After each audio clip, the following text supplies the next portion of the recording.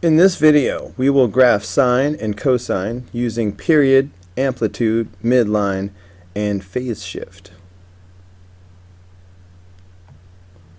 Let's start with problem number 5 here and see what we have. Let's start with a period.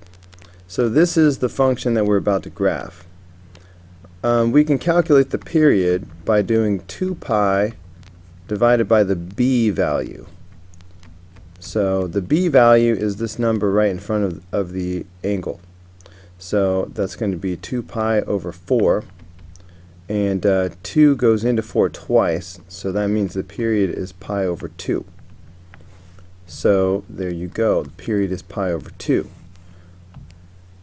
I like to put the period right here on my graph.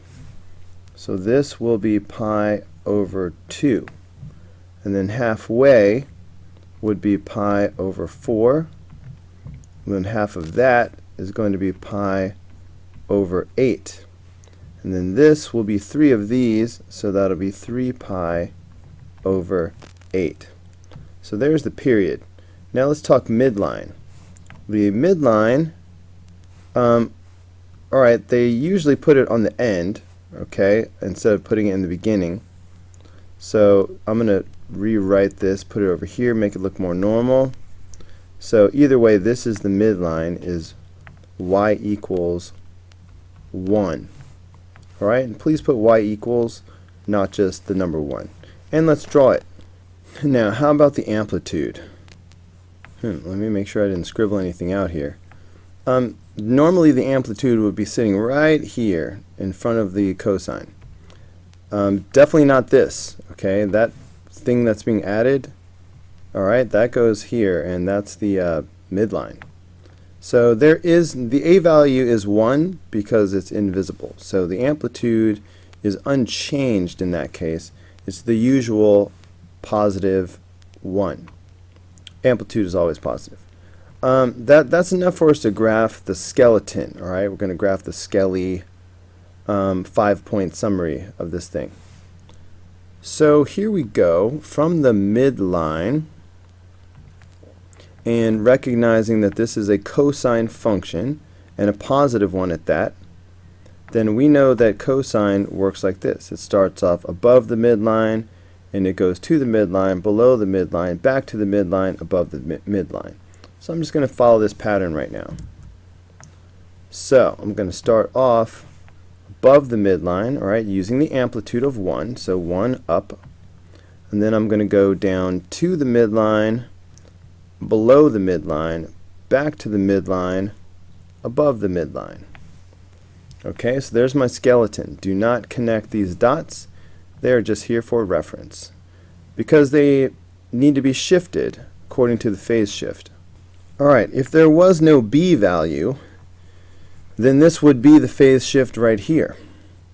But because there is a b value, we're going to have to divide to find the phase shift. So the phase shift is going to be pi over 6 divided by 4. Alright, it's this divided by the b value. Now I know that that's going to be pi over 24. Okay, because I know that this is just going to wind up multiplying down here. If it helps, you can think of it as multiplying by the reciprocal, like that. Anyway, the phase shift is pi over 24. But because this is positive, it's going to be to the left pi over 24. So negative pi over 24. Okay, so it's our job to figure out exactly how big that is on this graph, how many squares that is, if you will. So pi over 24. Let's go. Well, this is pi over 8. So I know if I went going smaller here, this right here would be pi over 16. Okay, and this, half of that would be pi over 32. Alright, so that means pi over 64 is somewhere between pi over 32 and pi over 16. Alright, so it's somewhere in between here. So if I were going to the right, it would be like here. Alright, so it's more than half a square over. But we're going to the left. So that's what we're going to do. We're going to go more than half of a square to the left. So if I move this point, this would be half a square. I'm going to go more than half a square. Right? Almost a full square, but not quite. And I'll do that to every one. So I'll move this more than half a square.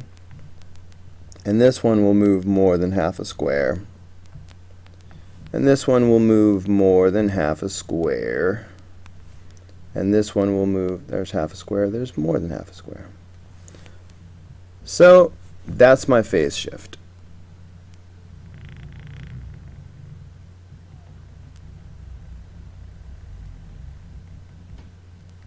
Okay, so it's going to be something like that. So that was number 5. Let's do one more example.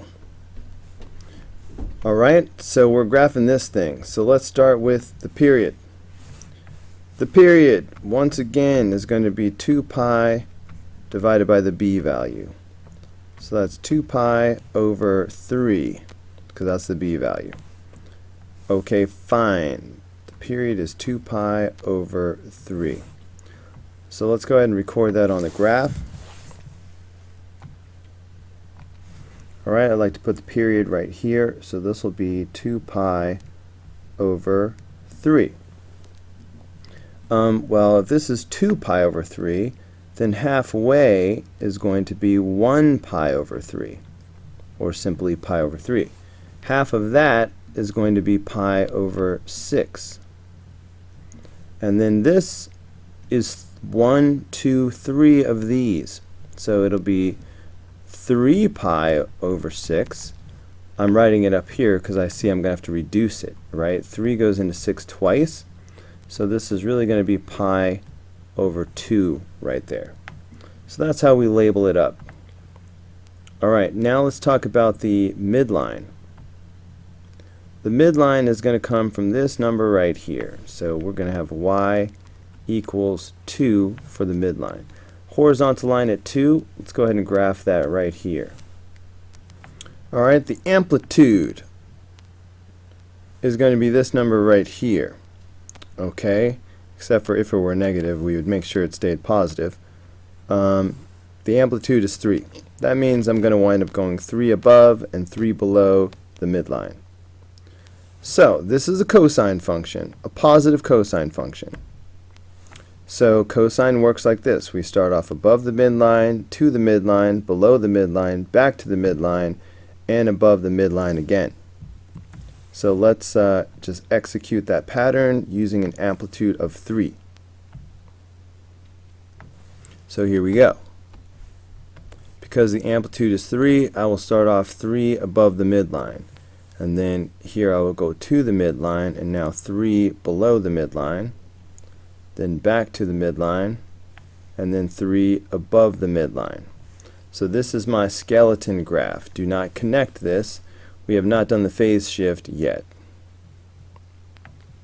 So now let's talk about the phase shift. Whoops. If there was no b value, this would be the phase shift. But because there is a b value, I'm going to have to divide.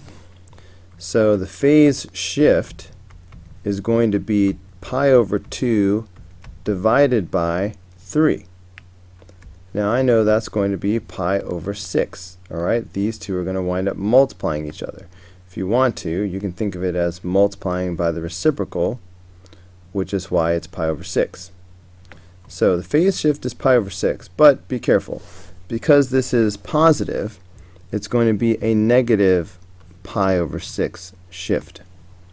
Okay, so we are going to the left pi over 6. So our last job is to figure out where pi over 6 is in this picture. Well, it's not too tough because pi over 6 is right there. That tells us that pi over 6 is worth 2 squares on this particular graph. but we are going to move our two squares to the left. So I'm going to take each one of these 5 points and move them 2 squares to the left, like this, like this, like this, like this, and like this. So these pink points are the final answer. So I will go ahead and connect these.